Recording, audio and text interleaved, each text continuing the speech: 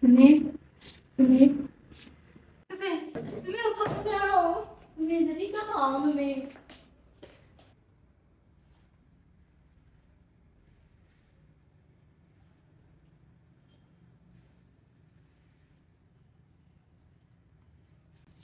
行，好了，你要担心，你了解这方面吗？妹妹，妹妹这边有谁下没有查看一波呢？妹妹没去问他怎么样？妹妹我地下嘛来，妹妹。妹妹，太差了，我都没有考虑要选地方，妹妹。妈，妈，我又涨价了，我妹。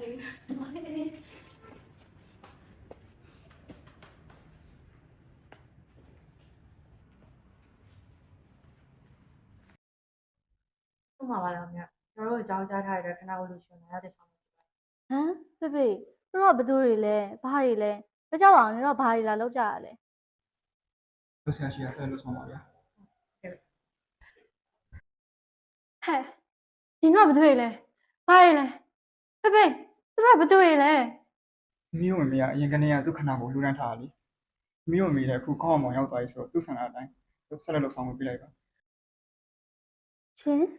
မမေကခန္ဓာကိုလူခဲ့တယ်ဘာလို့လဲဒါဟုတ်ဖေဖေကသဘောတူတယ်လားပြတကယ်အတိုင်းလုံးမရှိရလူပဲဖေဖေဒီကိစ္စကိုသမီးလုံးဝခွင့်မပြုနိုင်ဘူးနော်ဟုတ်တယ်လုံးဝခွင့်မပြုနိုင်ဘူးကိုမိတယောက်လုံးဆုံးရှုံးထားတဲ့ဟာကိုကြံခဲ့တဲ့ဒီခန္ဓာကိုယ်လေးတော့သားသမီးတို့ရဲ့ဝတ်တရားအရတူတူနည်းနည်းတကြိုးချင်ပါသေးရဲ့ဖေရဲ့ဟဲ့နင်တို့ထွက်သွားကြနင်တို့ဇွတ်တော်ငါနင်တို့တရားစွဲမှာနော်ထွက်သွားကြ မိတို့ဒါသမီးတို့မေရဲ့နောက်ဆုံးဆန္ဒနဲ့အိမ်မက်ပဲကွသူ့ဘာတရှောင်းတော့ဒီကိစ္စကိုစိတ်ကူးမျှော်မှန်းခဲ့တာ မေဟုတ်တော့နောက်ဆုံးတစ်ခွင့်တော့မပေးရလေမေ 妈妈让的，你差点叫他给啊！那你不搞的，没人都看到过吧？路开的呀！ ဟုတ်တယ်တောင်းတော့သမီးတို့ပြေတော့ပြမယ်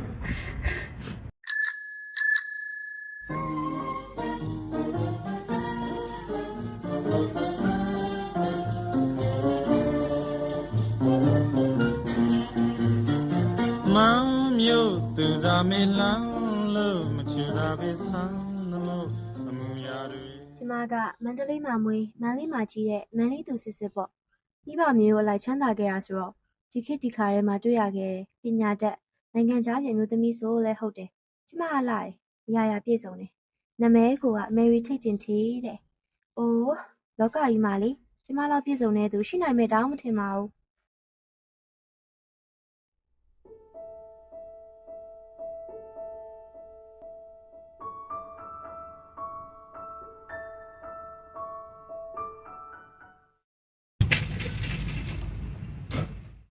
Oh god တက်တွေလည်းပိုးကုန်မှာပေါ့ ဟာမိရတယ်လာထောက်ထောက် အတင်ရဲလာရီလားဖဲစမ်းခုချစ်ချင်းဖဲစမ်း အားဗျာမိရဲ့ကျုပ်ကစိတ်ဘူးလို့တွဲထူပြီးလုပ်လိုက်တာပါဗျ ရ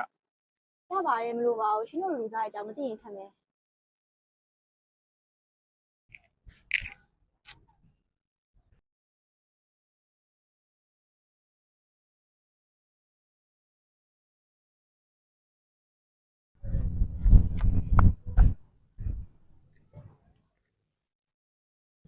အတင်ရဲလိုက်တာယူနေရှင့်ယူနေအဲ့ဒါပါပဲလေ ညကြီးလိမ့်စီ ညီမစင်းယူနေကျမအသားပေါ်လူမခံနိုင်ပါဘူး ငါစိတ်မယ်သူ့ကနေပြီးတော့စွမ်းပါရဲ့ဗျာ ။အိုးပြောနေရကောကန့်တက်နေရဖဲစမ်း။အိုး ဒီမှာမိကျွန်တော်စိတ်ကြောင်းသားမိခင်လို့လူစားမျိုးမဟုတ်ဘူးဒဏ်ရာရတဲ့သူကိုကူညီပေးတော့မိရဲ့ဆက်ဆံမှုကချီးယူစရာပါပဲနောက်ကလူခဲခတ်တတ်ပါစေ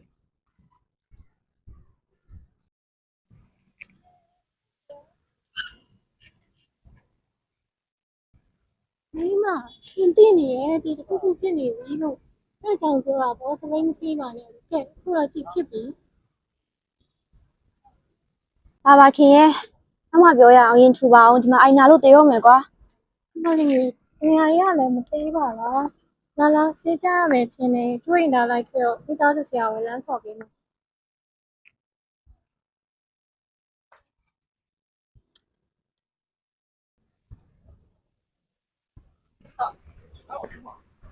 这边来水呢。အေးကွာမင်းနာလည်းရှုံးသွားလို့ဘာဖြစ်နေရလဲငါကောင်ရ မှန်စမ်းမင်းနာမလည်းချစ်ရကြီးနေပါလားကွာတွေးအောင်စုနေရောကွာ အဲထွေးထူးမဟုတ်ပါဘူးကွာမင်းတို့မျိုးကြီးတွေလိုပေါ့စပိန်လေးလို့ထူးပေးတော့လိုမတူသလိုမတန်သလိုနဲ့အဲ့မှာရေကွာ နေစလေးနဲ့ညှိနေရလဲကွာ ထားလိုက်ပါကွာ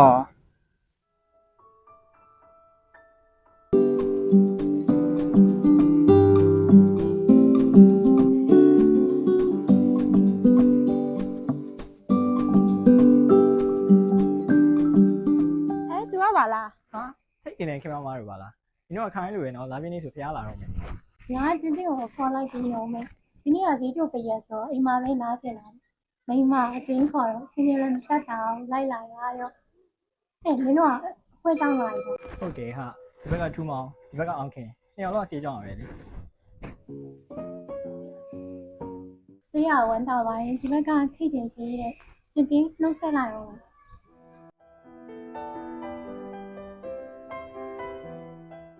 အော်ဒီဘက်ကထူးမောင်ကလေစာရန်တော်တာသူ့နာမည်တိုင်းပဲထူးကြရဲမောင်ပေါ့ ဟဲ့ခင်ငါပန်းတော့ဝယ်လာအောင်မယ်နင်နောက်ကလိုက်ခင်နော်သူကသွားပြီနော် တင်းတင်းကတော့လေအမဆင်သွားလိုက်အောင်မယ်လည်းမဟုတ်လည်းတော့ခင်ဗျာ ဟာသူကမိလည်းငယ်ချင်းမအခြေကြီးလာရလားကျန်တော့မနှုတ်ဆက်သွားကွာအာအဲ့လိုမဟုတ်ပါဘူးစိမ့်နေသေးလို့ပါတင်တင်ကမာနာကြီးပဲဘာသာတရားကိုင်းဆိုင်နေမိမကောင်းလေးပါခင်ဗျာပါရော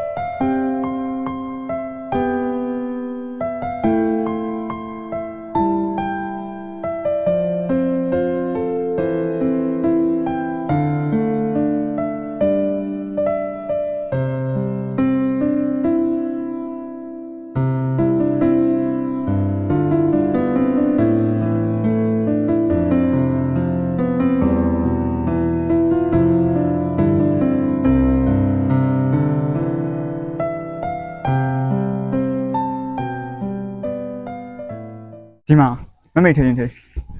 ဝါလေးကြံခဲ့ပြီ โอเคကျေးဇူးပါပြီးတော့ကျမကိုတင်းတင်းလို့ပဲခေါ်ပါပြီးတော့ခုနေ့ကကိစ္စတွေလည်းကျမတောင်းပန်ပါတယ် ဟုတ်ရပါတယ်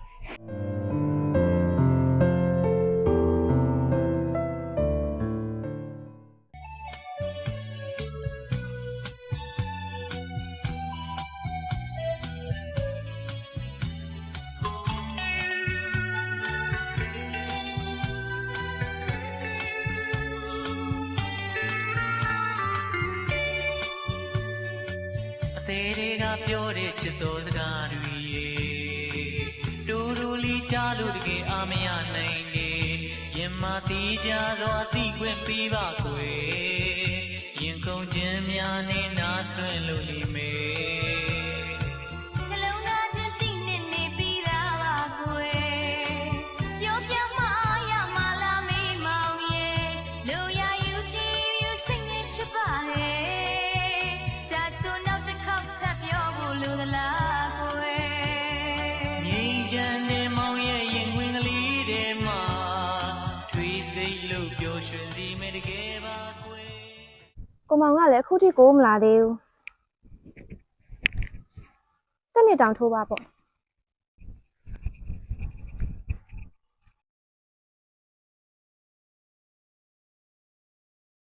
ကိုမောင်နောက်ကျလိုက်တာဒီဖြစ်ကိုမောင်မလာတော့ဘူးလို့တောင်ထင်နေတာကိုမောင်တို့များနော်ကိုချစ်သူနဲ့တွေ့ရမှာဟုတ်တာပုံစံကိုကမပြင်းမစင်းနဲ့စိတ်ပြတ်ဖို့ကောင်းလိုက်တာ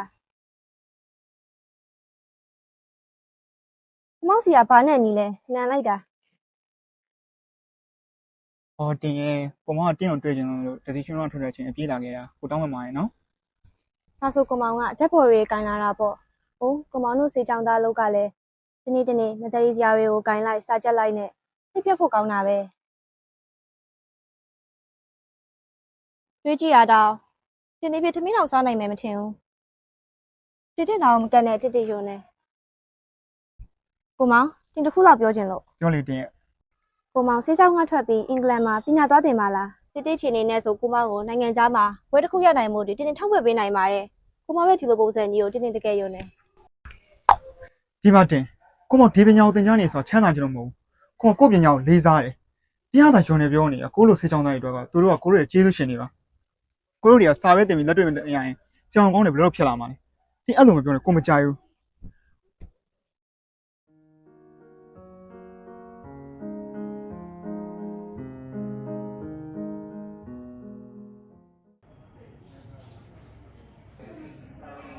ဟဲ့ကလေးမလေးတွေထမင်းချင်းပြင်ပြီးပြီလား ဟုတ်ကြီးလာပါပြီ အေးအေးဒီကလည်းကြားလိုက်တာကိုမောင်တော့လိုက်စားနေရောမယ်ကဲသွားကြစို့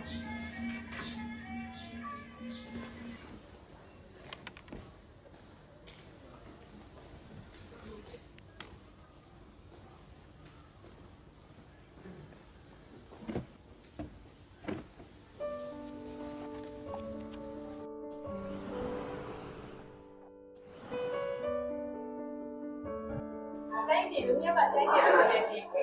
အေးကွယ်ဝမဲမြခနိုင်ပါကွယ်ဟာဖက်ပြတ်တော့ပါလား အေးကွာမောင်ထူကမတွေ့ရတော့တော့ကြာပြီပဲ အေးခါတော့တကယ်ချင်း အေးမင်းရောစိတ်ချမ်းသာလို့ကိုချမ်းသာရလားကွာ ကျမ်းပါပါလေကွာမင်းကတော့အမြင်တက်ကြွပဲနော်ဒါနဲ့မင်းတော့ဆေးမဲမှာခဏဝေးရထားတာဖြစ်နေပြီဆို ဆရာကြီးဆိုင်းတောင်နားယူသွားကြရဆိုတော့မင်းရောပဲစေအောင်ကြီးမှာထူးခုခွဲစိတ်ဆရာကြီးတောင်ဖြစ်နေပြီဆို အေးကွာအချိန်နဲ့ကုနာပြန်နေနော်ဒါနဲ့ line ကိစ္စ ဒီလိုပါဆရာလိုင်းကိစ္စဓာတ်ပေါ်ကြီးတွေ့ပါဗျာ ကိုမောင်တင်နောက်ကျသွားလို့ sorry နော်အော်ဒါနဲ့အဲ့ဒေတော့ရောက်နေရလားမြင်လိုက်ပြီရှင် ပြင်ရင်ရပါတယ်ဖြစ်ဖြစ်ပေါ့ ဘာလဲလောက်လောနေရလဲမမေက ဟုတ်ပါဘူးရှင်ပုံမှန်ဆိုတင်ဟာကိုမောင်တို့ထမင်းချိုင်ကိုမနေ့ကလေးနဲ့ထည့်ပေးနေကြဒီနေ့ကဥပုံနေဆိုတော့ဟိုဒီကြောက်သွားစုပ်ကတရားနာနေရလည်းနောက်ကျသွားတာဒါနဲ့ကိုထက်မြက်တို့ရောကိစ္စရှိလို့လားရှင် ဟုတ်တယ်ဗျကျွန်တော်လည်းမောင်ထူးနဲ့တိုင်ပင်ပြကိစ္စလေးရှိလို့ ပြင်နှက်ထိုင်နော် ဒီလိုပါဆရာကျွန်တော်ကြောင့်မှကိုခဏလို့ရှိရင် short တွေဖြစ်နေလို့ဗျကလေးတွေကိုလက်တွေ့ပြဖို့ကြတော့ခက်ခဲဖြစ်နေတာအဲ့ဒါဆရာကြီးထက်မြက်နဲ့တိုင်ပင်ကြည့်လိုက်တော့ဆရာကြီးကစေုံကြီးမှာရှိနေတဲ့လူနာတွေကိုကိုခဏလူရနဲ့ပတ်သက်ပြီးပညာပေးဟောပြောပေးလေးတစ်ခုလုပ်ရှင်တာ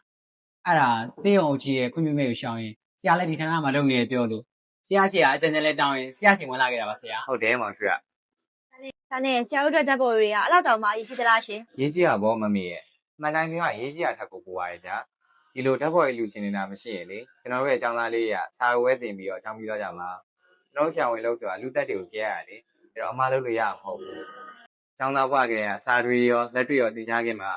အဲ့လိုလက်တွေရှာတင်ကြားခဲ့ဖို့ဆိုရင်ဒီလိုဓာတ်ပေါ်ရေးလူရှင်တွေလိုအပ်တာပေါ့ဗျာ ဟုတ်တယ်တင်ရဲ့ကိုတော်ကအဲ့လိုလက်တွေ့တင်နေရတော့ကိုလိုပြုတာမှာလည်းလူလာလေးဟောရင်မလွယ်ဘူး အော်စီးပညာအတွက်ဓာတ်ပေါ်ကြီးကတကယ်ပဲအဲ့လောက်အရေးပါတာလား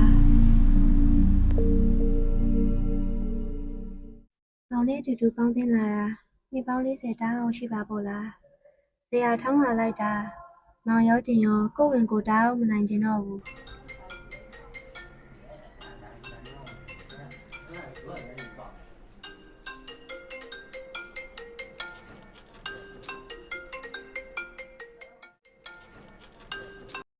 ဟယ်လို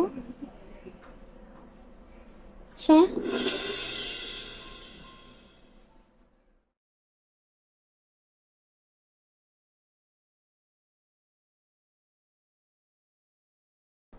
ဟမ်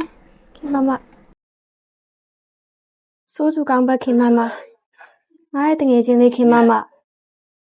ဇရာချောင်းကိုကောင်းပေမဲ့အတက်တာပါလား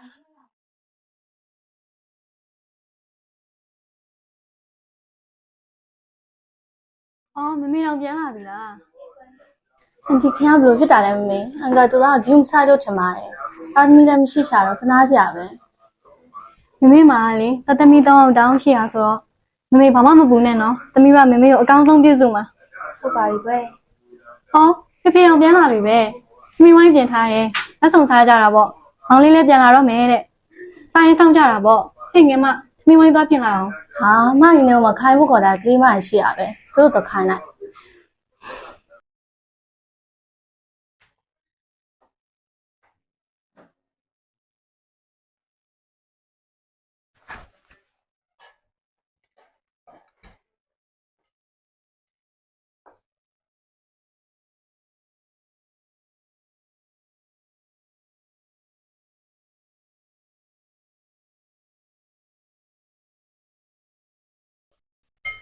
မေရောဒါလေးစားကောင်းနေစကြည့်ပါလားဖေဖေနဲ့မတည့်ဘူးလေစားလို့မရဘူး နှုတ်ပြန်ပြီဆံမကြီးနေရာတကာပါဦးပါဟိုတင်ဝင်းမောင်ဆိုတဲ့ကောင်ကလည်းရောက်တော့မယ်ခုထိရောက်မလားချေုံလေးဆောင်အဲ့ဒါကြီးတက်ထားနေမတည့်တာသိလား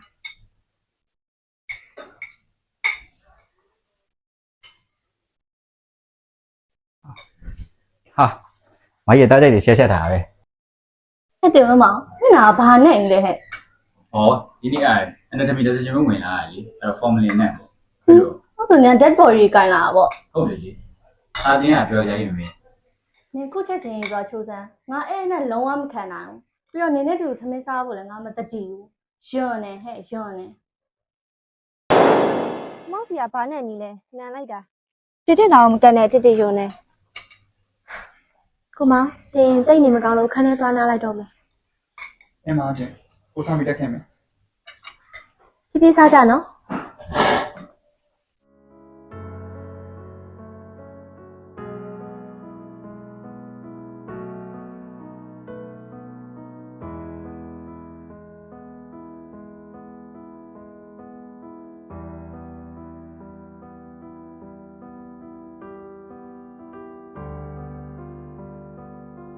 အော်မိတင်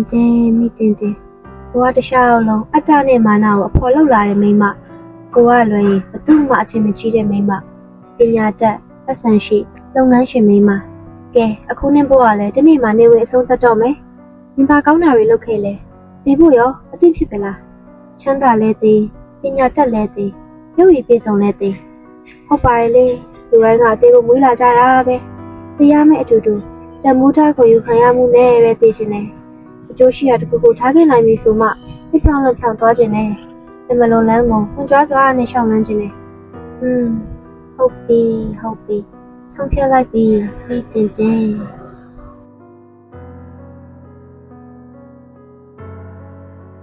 နေမကောင်းလား အဲ့လိုဆိုပါဦးဒီနေ့ပြင်းမိနေရအင်ပေါ်တခြားလို့အတော်ရမာနာတွေနဲ့နေလာခဲ့တာခုဘာနေမချင်းရောက်လာတော့ပြင်မှာဘာမှမရှိသလိုတန်ဖိုးမရှိသလိုခံစားရတယ်အဲ့ဒါဒီခေါက်ကဒေါက်တာညီပြောတဲ့ကိစ္စသင်သိချင်တယ် တင်းဆုံးနေပြီပေါ့သမီးတို့မေမေကသူမဆုံးခင်ခဏလောက်ကမှဖေကိုဒုက္ခနာကိုလိုချင်တဲ့အကြောင်းဖွင့်ပြောခဲ့တာအစဖေးတဲ့သဘောမတူအောင်ဒါပေမဲ့သမီးတို့မေကသူ့ရဲ့နောက်ဆုံးဆန္ဒကိုသိကြည့်ပြပါလို့ဖေကိုတောင်းဆိုတော့ဖေလည်းမတက်တာလေဆုံးလက်ခံနိုင်ရတာသူဒီတော့မြန်ထွက်သွားနိုင်မယ်လို့ဖေမထားဘူးကွယ်တင်းရဲ့ ဖေဖေရဲ့မမေကမာလာရှိရဲ့အာခမျိုးသမီးတစ်ယောက်ပါဒါပေမဲ့ဖေဖေမမေကသမီးတို့တသမီး3ယောက်လုံးပုံမှာရောဖေဖေပုံမှာရောတက်လုံးအေဂျင့်နဲ့မြတ်တာတွေ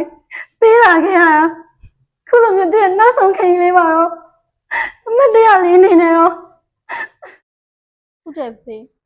မေတို့အမတ်တရားလေးတော့ကြံခဲ့တဲ့နေဖေအခုလိုမျိုးဟိုလူတွေနောက်ထဲလိုက်မယ်ဆိုလို့ရှင်မေတို့အုပ်ကူမြင်နေရလေးတော့ကြံတော့မှာမဟုတ်ဘူးမရအောင်သမီးဒါလုံးဝလက်မခံနိုင်ဘူး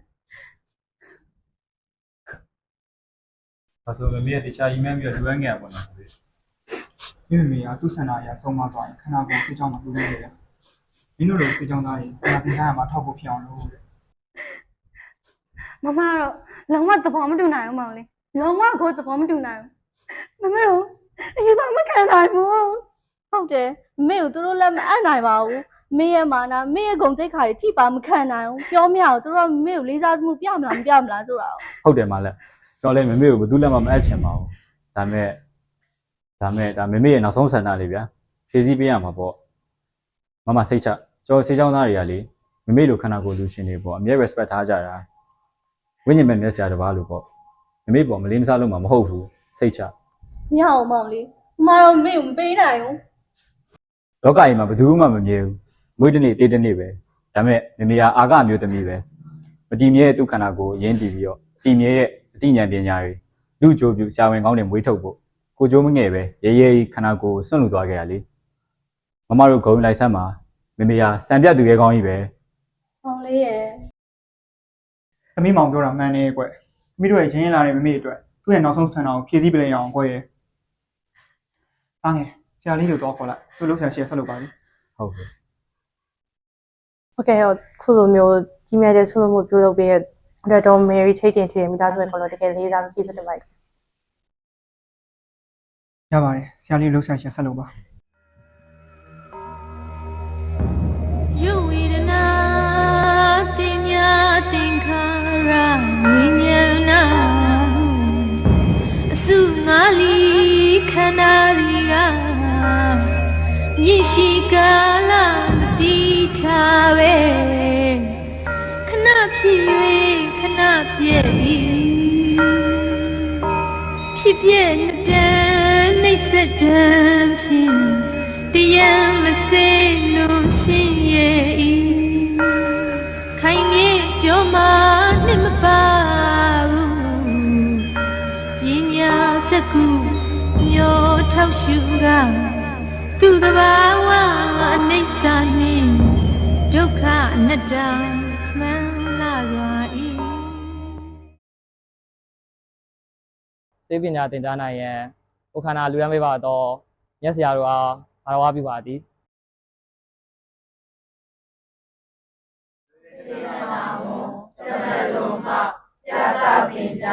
သူမတ်သားဖို့ပဲစိတ်စိတ်စီကြည်ပါလေဟုမြတ်သောစိတ်အားရှေ့မှထားကာ